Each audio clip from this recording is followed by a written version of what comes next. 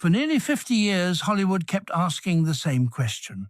Who was truly greater, Robert De Niro or Al Pacino? It was more than a debate between movie fans. Directors argued about it. Critics built careers around it. Even actors inside Hollywood quietly chose sides. One side believed De Niro was the ultimate craftsman, a man so controlled and emotionally precise that he could dominate a scene without even raising his voice. The other side believed Pacino burned brighter, louder, and more dangerously every time the camera started rolling. And somewhere inside all those comparisons, awards, masterpieces, and endless praise, something uncomfortable slowly followed Robert De Niro through almost his entire career. The strange thing is that De Niro never behaved like a man interested in public feuds. He rarely attacked people in interviews. He almost never explained his emotions openly.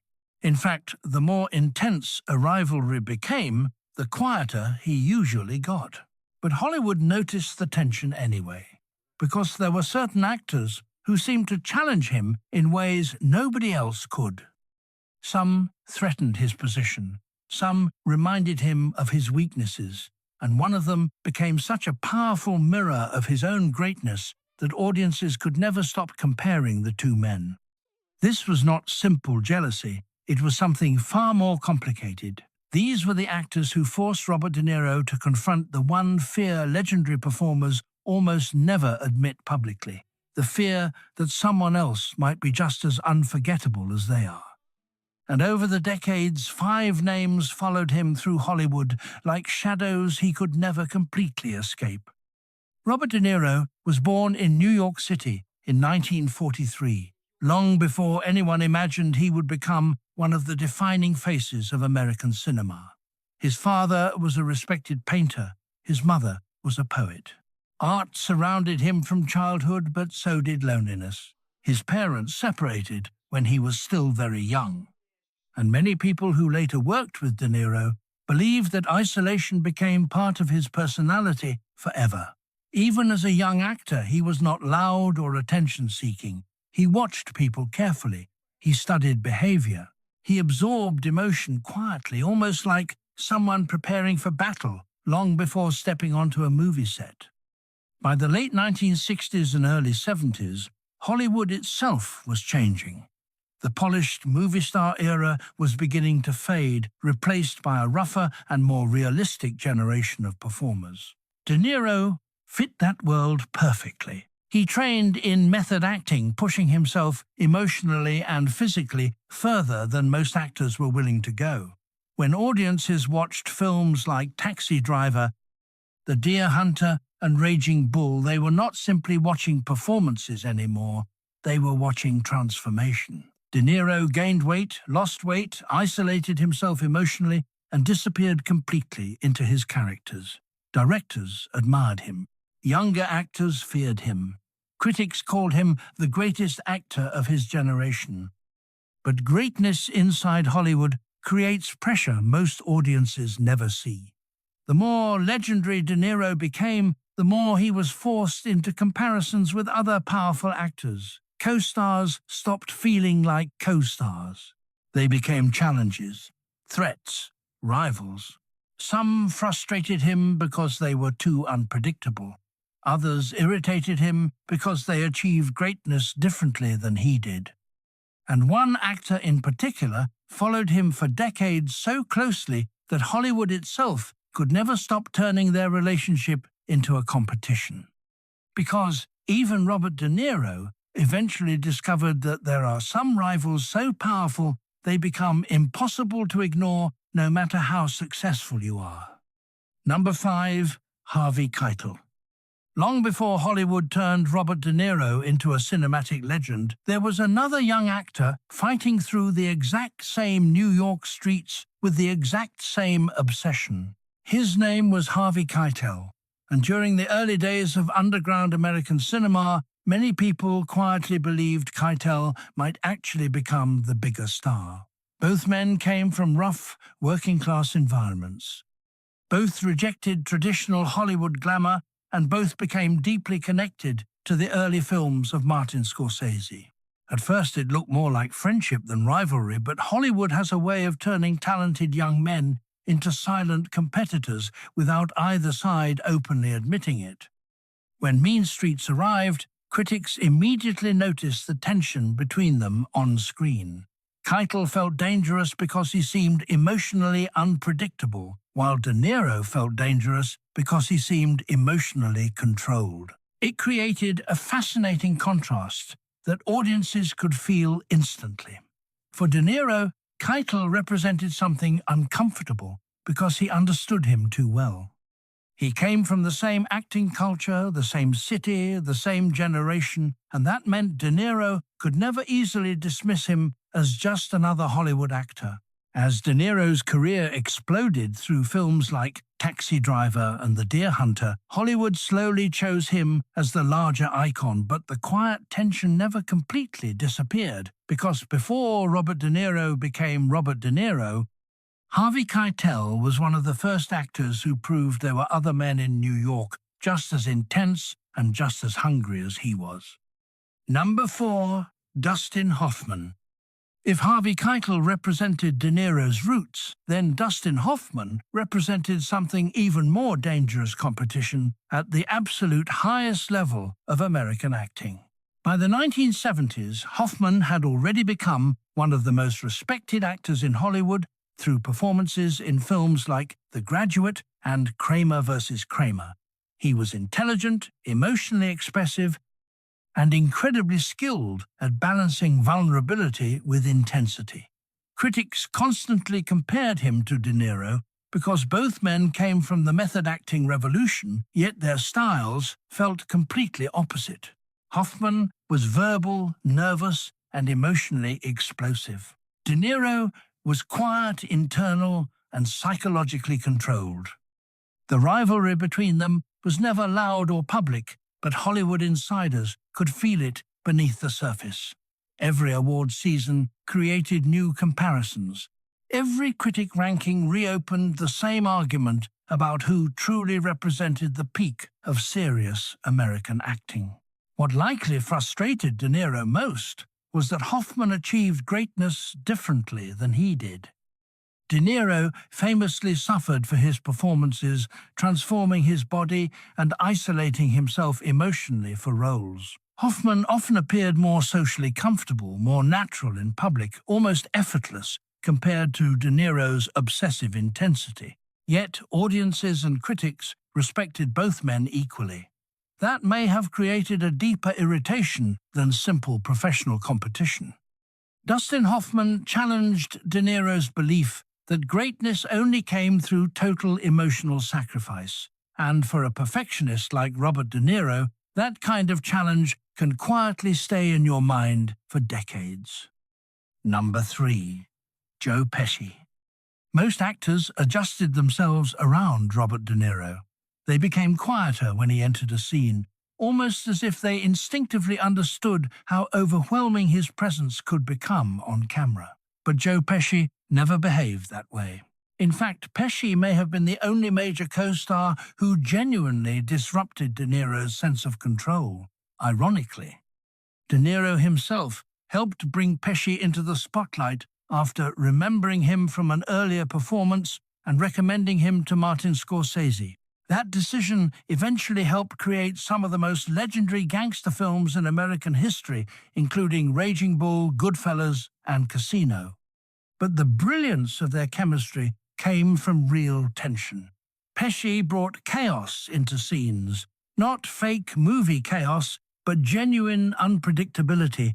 He could suddenly change the emotional rhythm of a conversation and force everyone around him to react honestly. That made him extremely dangerous for an actor like De Niro, who preferred precision and emotional architecture. The famous "funny how" scene in Goodfellas became legendary because the tension felt real enough to make audiences uncomfortable. Even De Niro appeared uncertain about where Pesci's energy might go next. What made the relationship so fascinating was that admiration and irritation existed at the same time. De Niro respected Pesci deeply, because he understood how rare that level of instinctive energy truly was. But Pesci also reminded him that acting could never be completely controlled, no matter how brilliant or prepared you were. And for Robert De Niro, losing control inside a scene may have been one of the most uncomfortable feelings imaginable. Number 2, Marlon Brando. Some rivals exist in real life. Others exist like shadows inside your mind forever. For Robert De Niro, that shadow may always have been Marlon Brando. Long before De Niro became the face of American acting, Brando had already changed Hollywood permanently. He destroyed the polished movie star style of earlier generations and replaced it with emotional realism so powerful that younger actors became obsessed with studying him. Like nearly every serious performer of his era, De Niro grew up under Brando's influence whether he wanted to or not. At first, that influence felt inspiring. Brando proved silence could be more powerful than dialogue, and emotional vulnerability could be more frightening than aggression. But as De Niro's fame exploded, the comparisons became impossible to escape. Hollywood constantly described him as the next Brando, and eventually that compliment became a burden. De Niro did not spend years transforming himself physically and emotionally just to become somebody else's replacement. Yet, the more legendary he became, the more critics compared their styles, their stillness, even the way they controlled emotional tension on screen. Then came The Godfather Part 2, the film that connected them forever. Brando had already immortalized Vito Corleone in The Godfather, and many actors would have been terrified to touch the role again. But De Niro accepted the challenge and won an Academy Award for portraying the younger version of the same character. It should have freed him from the comparison, yet somehow it made the connection between them even stronger. Deep down, De Niro likely understood something painful. No matter how many masterpieces he created, part of Hollywood would always see him through the lens of Marlon Brando first. Number 1, Al Pacino. For nearly half a century, Hollywood treated Robert De Niro and Al Pacino like two heavyweight champions trapped inside the same era. Critics argued endlessly over which man was greater, fans chose sides. Directors compared them constantly, and somewhere underneath all the public respect and admiration, a rivalry slowly formed that became one of the most fascinating tensions in movie history. The truth was almost too perfect for Hollywood to ignore. Both men came from New York. Both were shaped by method acting. Both transformed gangster cinema forever. Both carried such powerful screen presence that ordinary actors seemed to disappear beside them. Yet their styles could not have been more different. Pacino burned emotionally, while De Niro remained cold and controlled. Pacino attacked scenes with explosive energy, while De Niro dominated through silence and psychological pressure. For years, Hollywood waited for them to truly collide on screen. When heat finally brought them together, audiences were not simply watching a movie anymore. They were watching decades of comparisons finally enter the same room. The famous cafe scene became historic because every pause and every glance carried the weight of their entire careers behind it. Neither actor wanted audiences leaving that theater believing the other man had completely dominated the scene. Even director Michael Mann understood the moment felt bigger than the story itself. What likely frustrated De Niro most was that Pacino possessed something impossible to control: emotional chaos. Pacino could suddenly explode inside a scene and drag every ounce of attention toward himself within seconds. De Niro preferred carefully constructed emotional tension, but Pacino often looked like he was discovering emotions in real time, and audiences loved both approaches equally. That may have been the deepest frustration of all. Hollywood never truly chose between them. Some believed De Niro was technically superior, while others believed Pacino was emotionally unforgettable. The debate survived decade after decade, because there was never a final answer. And maybe that was the real reason the rivalry became so powerful, because for the first time in his career, Robert De Niro had finally met another actor capable of standing beside him without fear. Today, Hollywood feels very different from the era Robert De Niro came from. Rivalries now play out on social media interviews, become marketing campaigns, and actors rarely carry the kind of mysterious tension audiences once felt between legends like De Niro and Pacino. But in the 1970s, 80s, and 90s, competition inside Hollywood felt more personal and far more dangerous because it was built entirely on talent, presence, and emotional power on screen. That is why these rivalries still fascinate audiences decades later. They were not manufactured for publicity.